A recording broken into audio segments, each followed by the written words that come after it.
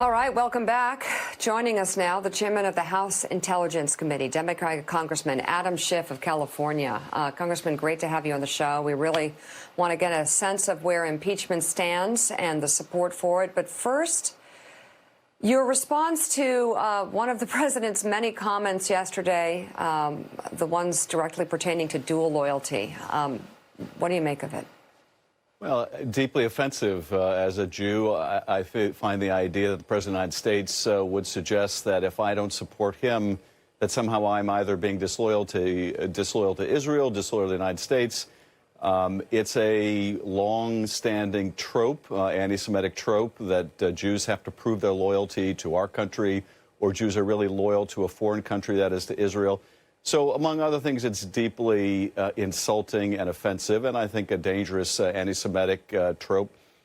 More than that, though, the president is severely misguided if he thinks that his demonstration of such a profound lack of morals, his disdain for a stranger among us, is somehow consistent with Jewish values, or that Jews are a monolithic voting bloc. We're not.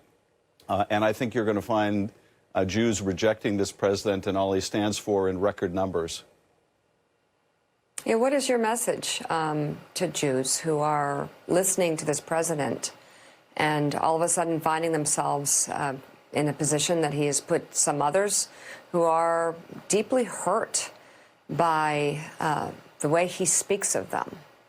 Well, I guess my message would be that we need to continue to speak and act our values. That is, embrace the stranger. We need to uplift, the best among us. That is our fundamental commitment to decency and ethics, that we have to look out for our neighbor, really exhibit the qualities that this president so clearly lacks. But we also need to speak out against this kind of divisive bigotry that the president shows. Jews are just obviously one of his targets right now. His brand of racist, divisive politics is being wielded against many communities, not ours alone. And we have to speak out and condemn it and do what we can to fight this. Chairman Schiff, it's Willie Geist. Good to see you again this morning. I want to ask you about an issue the president has taken up for some reason lately, and that is the idea of allowing Russia back in as a member of now the G7, but what would again become the G8. They, of course, were expelled in 2014 for their illegal annexation of Crimea. What's your reaction to the president suggesting multiple times this week that Russia should be readmitted to the G7? Well, it's a terrible idea because the whole genesis of this was, of course, Russia's invasion of its neighbor and its occupation to this day of a significant part of its neighbor's territory. And to invite them back in without essentially ratifies that illegal act and encourages Russia to do more of the same. So I think it would be a terrible mistake. Sometimes the simplest explanation is the right one. And when we learned, for example, that the president had been lying to the country about his business interests in Russia, his explanation was that he might have lost his election and he didn't want to miss out on those business opportunities. This may still be his motivation, wanting to consummate that Moscow-Trump Tower deal. And that guides everything because he puts his own financial interests above that of the country. If that means inviting Russia back into the G8, notwithstanding their occupation of the neighbor, he's going to do it. If it means kowtowing to Vladimir Putin, he's going to do it because he doesn't want to lose out on economic interests that he still has. It's a terrible thing for the country. It also means, of course, he won't protect our elections the way he really should. Chairman Schiff, you've been overseas recently speaking with allies of the United States. And they are all, according to our reporting and according to eyesight and common hearing, they are dealing with a very unstable, unpredictable administration and president of the United States and their relationships. So what do you think, how long will it take to repair the damage that has already been done to alliances and allies that we truly need on the world stage? Well, some damage, I think, can be readily repaired. But the biggest, longest standing damage is the fact that the rest of the world will wonder when Donald Trump is gone whether this was a bout of temporary insanity on the part of the American voter or whether this is a recurring virus that can come back And I think the size of his repudiation will be important to restore credibility around the world that this is a passing phase, much like Britain's Brexit from reality, that will not recur.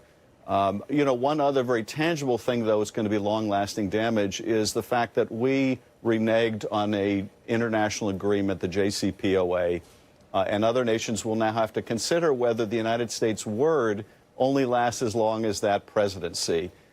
It will be hard to overcome that damage. But I do think, you know, our relations with Denmark, for example, our relations with Britain and Germany and France, our relations with Canada and the Australians, these things can be readily repaired by a different president, a better president. But there will be some very long-lasting, probably decades-lasting damage done by this president. Adam, this is Claire. Talking about your responsibilities in the intelligence community, speak a little bit about the stew that's brewing in Afghanistan and Pakistan, Kashmir, Iraq, and Syria as it relates to ISIS. I noticed the Inspector General's report that said ISIS was, in fact, gaining strength now. You know, I heard the president talk about Kashmir, said, oh, Kashmir, you know, he explained the problem in Kashmir in a way that showed a profound lack of understanding about Kashmir. Talk about what's going on there in terms of what you can share with us from an intelligence capability. Well, it's a big question, and you know, I think at the heart of much of it is the fact that ISIS is a persistent and dangerous foe.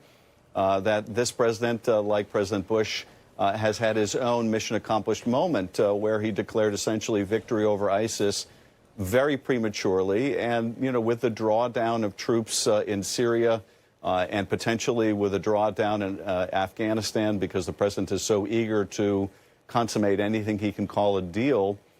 There is a real risk of an ISIS resurgence, and we still see very deadly violence by in Afghanistan and a very pernicious ongoing threat by ISIS in Syria and Iraq. In terms of Kashmir, this is a real flashpoint that has only gotten worse between India and Pakistan, and I think the administration ignores it at its peril.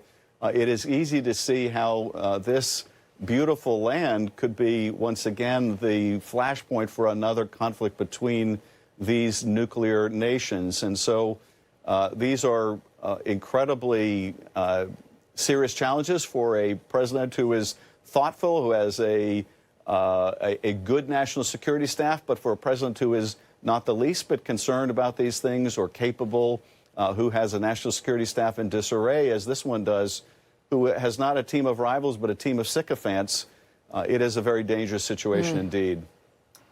Congressman, it's Jonathan Lemire. I wanted to ask you about another sort of global flashpoint right now. That's what we're seeing, these huge protests in Hong Kong and China's response to them. Where do you see what's happening there? Are you concerned with what perhaps would be the Chinese response to it? But also more than that, what sort of role should the president be saying? Has he done enough here to sort of suggest supporting the democratic values that these protesters are trying to make a stand for? No, I don't think he has spoken out in the way that he should to confront China's crackdown on these protesters. Look, we need to be the champion of democracy around the world and stand up to Russia when it's necessary, stand up to China when it's necessary.